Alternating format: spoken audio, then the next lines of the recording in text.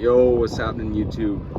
So, you're probably here wondering, how do you take this wheel bearing off this first generation Neon 95 to 99? First of all, you take off your wheel over here.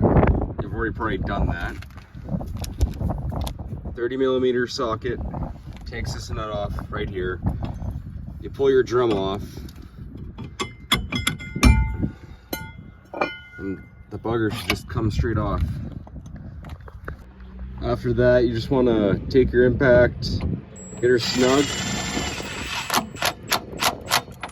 and from what the internet's telling me, 150 foot-pounds for the nut, 160 I think it was. This thing only goes up to 150 and it'd be fine. I will note though, good practice, change out those nuts. My kit didn't come with them, so I'm not gonna bother. So yeah, let's work that real quick. After that, take your drum,